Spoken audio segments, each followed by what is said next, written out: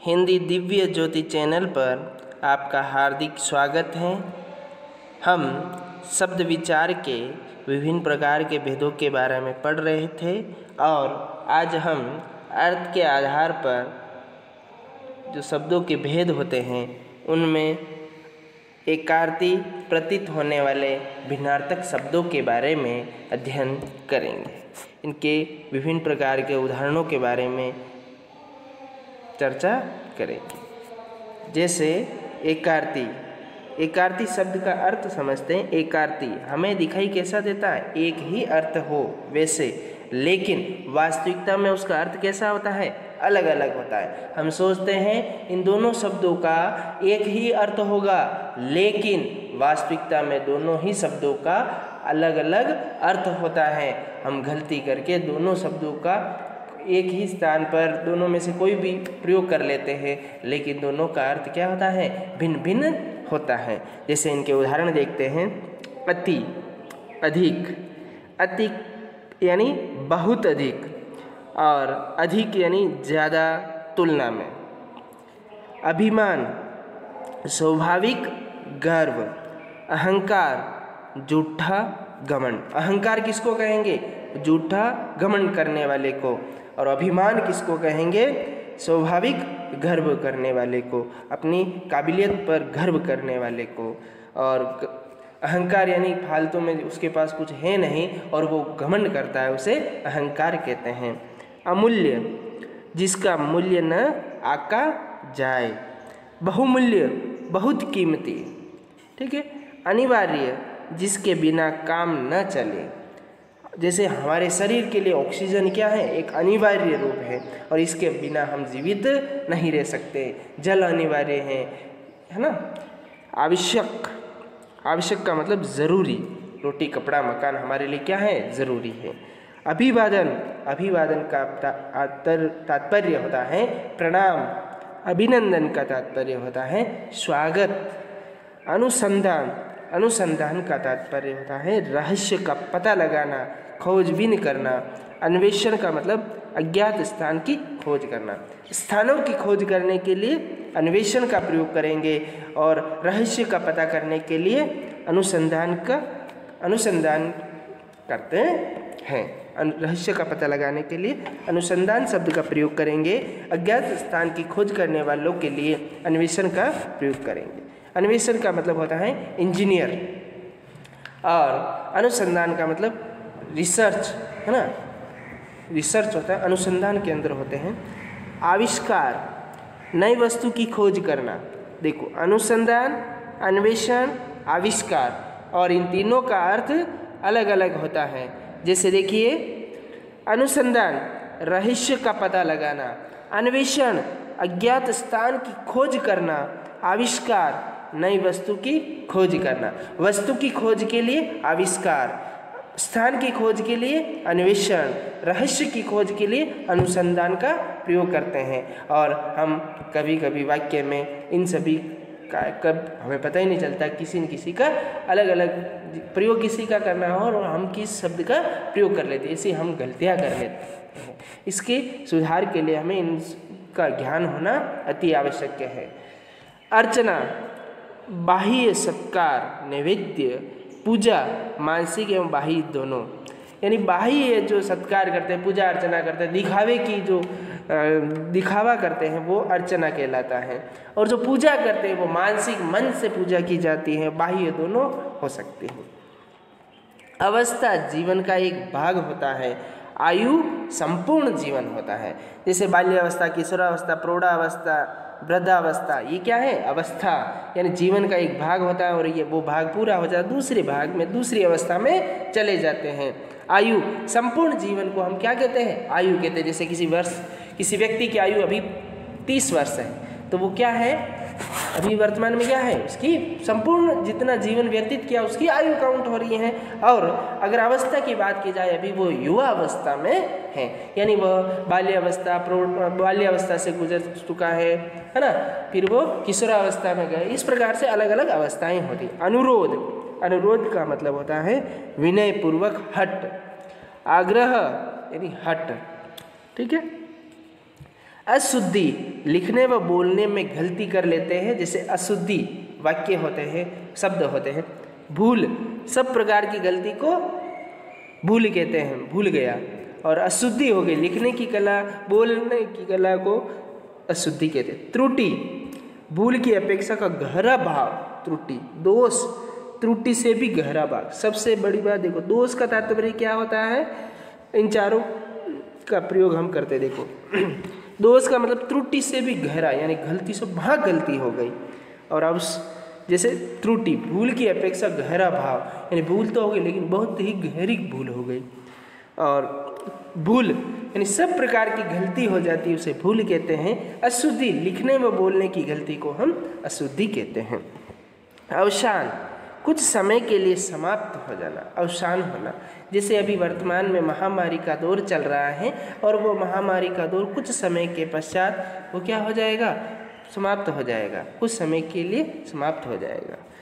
अंत, सदा के लिए समाप्त होना। अंत का मतलब क्या होता है, सदा यानी खत्म हो जाना, विनाश हो जाना।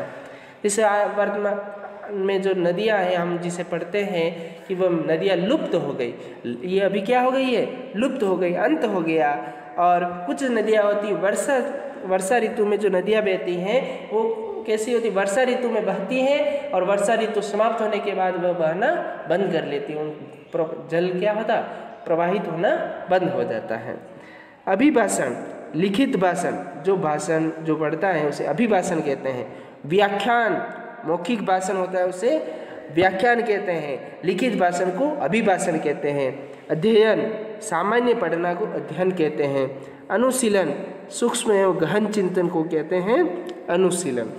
अनुरोध, अनुरोध का तात्पर्य होता है नम्रतापूर्वक याचना। हम आपसे अनुरोध करते हैं, आप किसी प्रार्थना पत्र लिखते हो तो सविनय नम्र निवेदन या अनुरोध करते हैं, नम्र निवेदन करते हैं, याचना करते हैं। आग्रह, अधिकार की भावना युक्त मांगना, अधिकार है, आग्रह है हमारा, है ना, यानी आज़ादी, यानी सरकार की जो भी योजनाएं होती है, जो योग्य व्यक्ति हो हैं उसे ये सारा अधिकार है कि वो उन योजनाओं का लाभ उठा सके। अनुभव, कर्मेंद्रियों से प्राप्त ब्रह्म ज्ञान। अनुभूति, ज्ञानेंद्रियों से प्राप्त अंतर्ज्ञान, आंतरिक ज्ञान। ज्ञानेंद्रिया और कर्मेंद्रिया, कर्मेंद्रिया अलग होती, ज्ञानेंद्रिया अलग होती। ज्ञानेंद्रिया होती है आँख, नाक, कान, त्वचा, ये सारी क्या है, ज्ञानेंद्रिया है। कर्मेंद्रिया मस्तिष्क यानी शरीर के अंदर जो हमें दिखाई नहीं देती हैं वो सारी क्या है, कर्मेंद्रिया हैं। अपवाद, बिना प्रमाण के दोषारोपण, अपवाद होता है। निंदा, तथ्यों पर दोषारोपण। आवेदन, नौकरी हेतु आवेदन। निवेदन, विनय पूर्वक कथन। आकार, बनावट, डिल ढोल, आकार। रूप का मतलब आकृति, शक्ल, चित्रकार रूप बनाता है और इंजीनियर बनावट बनाता है। आचार, व्यक्ति का आचरण, व्यक्ति का आचरण कैसा है। व्यवहार, सामाजिक आचरण, व्यवहार का मतलब समाज के अंतर्गत उसका आचरण कैसा है, उसे व्यवहार के अंतर्गत शामिल किया जाता है। आचार का तात्पर्य होता है व्यक्ति का आचरण कैसा है, स्वयं का, सेल्फ का, खुद का आचरण कैसा है, बिहेवियर कैसा है उसका, ठीक है। अब होता है उदाहरण। उदाहरण देखिए, उदाहरण का मतलब नमूना प्रस्तुत करना। कोई भी उदाहरण दे दिया, उसी के जो आपका उत्तर है उसी के समान। जैसे गणित में आपके विभिन्न प्रकार के उदाहरण प्रस्तुत किए जाते हैं, फिर प्रश्नों को सोल्व करवाया जाता है। दृष्टांत, प्रमाण देना। उन्नति, ऊपर उठते हुए विकास। प्रगति, साधारण विकास, ऊपर उठते हुए का उन्नति हो रही है।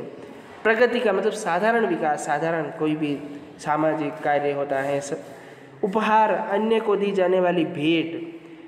भेंट, और भेंट किसे कहते हैं, बड़ों को दी जाने वाली भेंट कहलाती है। उपहार जो हर किसी को, कोई भी हमारे समकक्ष व्यक्ति होता है उसे हम कोई भी भेंट देते हैं, कोई भी उपहार देते हैं, उसे हम कहते हैं उपहार, है ना।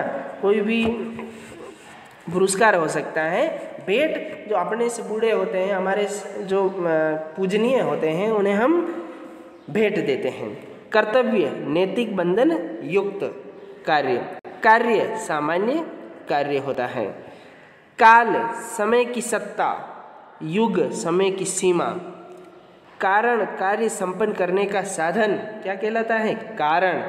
हेतु यानी उद्देश्य, हेतु यानी उद्देश्य। काल में आप हेतु, हेतु मध्यकाल ये सारे पढ़ेंगे। ग्लानि स्वयं के प्रति अरुचि, स्वयं से घृणा करना ग्लानि कहलाता है। घृणा दूसरों के प्रति अरुचि, दूसरों से नफरत करना अरुचि घृणा कहलाता है। ग्लानि यानी स्वयं से ही नफरत करना और दूसरों से नफरत करना घृणा कहलाता है। चमत्कार आश्चर्यजनक वस्तु यानी चमत्कार हो जाता है, यानी ऐसा जैसा सोचा ही नहीं वैसी वस्तु का निर्माण हो जाता है, उसे हम चमत्कार कहते हैं। आश्चर्य अप्रत्याशित घटना, दृश्य पर उत्पन्न भाव। अप्रत्याशित घटना यानी जिसको देखा ही नहीं, अचानक कोई भी बात हो जाए।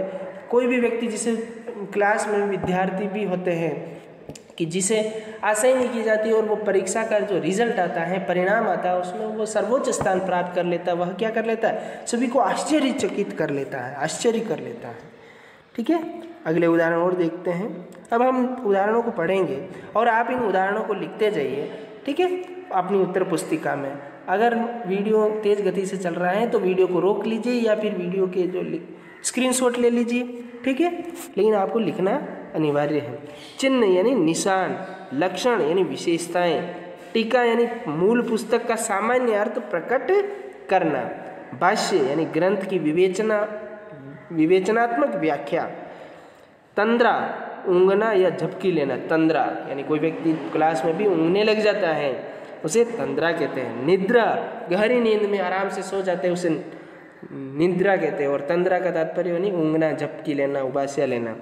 धारणा विश्वास, विचार मंतव्य, निर्णय फैसला, न्याय यानी सत्य असत्य प्रकट करना। जो न्यायाधीश होता है वो न्याय करता है और जो राजनेता होता है, जो सरकार होती है वो निर्णय करती हैं, और जो पत्रकार होते हैं वह विचार करते हैं, मंतव्य देते हैं। और धारणा यानी हम की जनता उनके ऊपर विश्वास करती है। निरीक्षक का तात्पर्य होता है किसी व्यवस्था की देखरेख करने वाला, निरीक्षक। परीक्षक किसी की योग्यता की जांच करने वाला। परामर्श सामान्य सलाह विचार विमर्श करने वाला। और मंत्रणा गुप्त रूप से विचार विनिमय करना। ये चार बातें आपको ध्यान रखनी है। देखो, निरीक्षक का मतलब किसी भी व्यवस्था को, जैसे एक भवन का निर्माण हो रहा है, जैसे इंजीनियर का कार्य क्या है, उसको निरीक्षण करना, देखरेख करना, कौन सा सामान मटेरियल इसमें प्रयोग हुआ है या नहीं, गलत है या सही। या फिर परीक्षा के निरीक्षक होते हैं, उनका कार्य क्या है? परीक्षा की कमरों की व्यवस्था करना, सुचारू रूप से विद्यार्थियों को कोई समस्या तो नहीं हो रही, ये देखरेख करना। परीक्षक का अर्थ होता है किसी की योग्यता की जांच करना। परीक्षक यानी परीक्षा जो उत्तर पुस्तिका में लिखा हुआ है उसकी जांच करना। परामर्श यानी कोई भी समस्या होती है,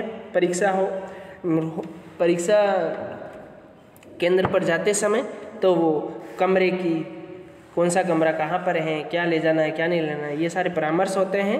और मंत्रणा, अगर कोई भी व्यक्ति कोई कमी करता है, गलती करता है, उनको संपूर्ण सभी लोगों में बातें न कर कर उसे गुप्त रूप में विचार विनिमय करना मंत्रणा कहलाता है ना। किसी भी संविधान में कोई भी संशोधन करना होता है तो उनके ऊपर मंत्रणा की जाती है, उसके पश्चात वह नियम उन संविधान में संशोधन किया जाता है।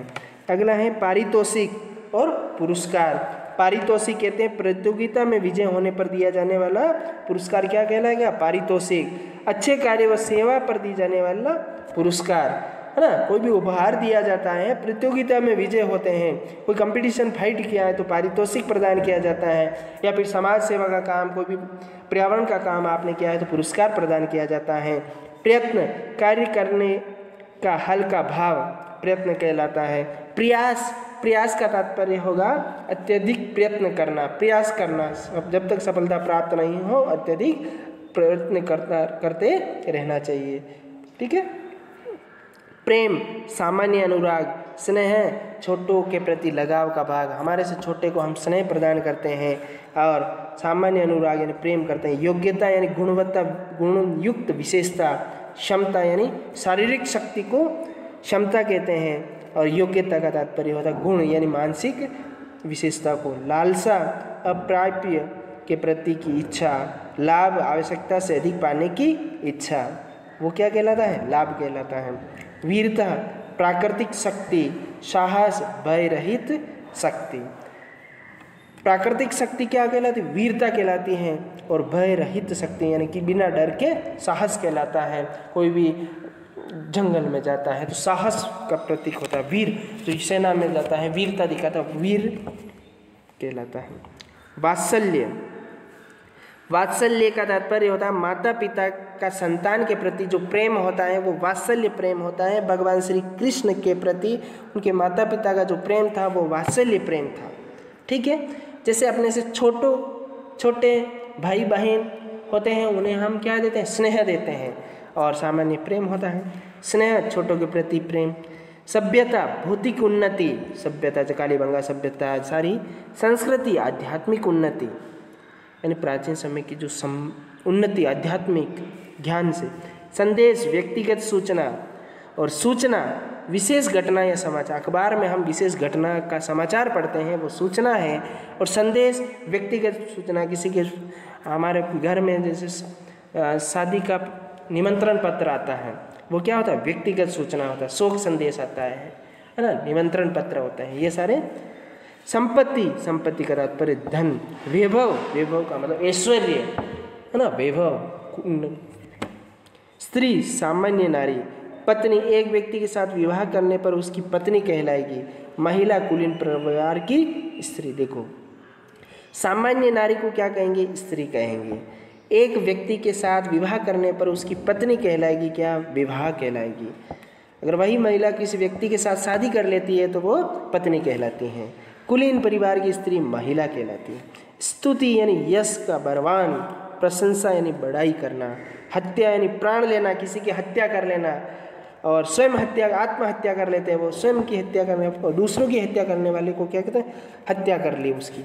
बलिदान देश व धर्म के प्रति प्राण देना क्या कहलाता है? बलिदान। जैसे आपने सन 1946 की घटना पढ़ी होगी और भील नारी थी जिसका नाम था कालीबाई, और कालीबाई का नाम था, वह रास्तापाल में अपने शिक्षक को बचाने के लिए अपने स्वयं को अपने बलिदान कर दिया। वो क्या कहलाई? बलिदानी कहलाई।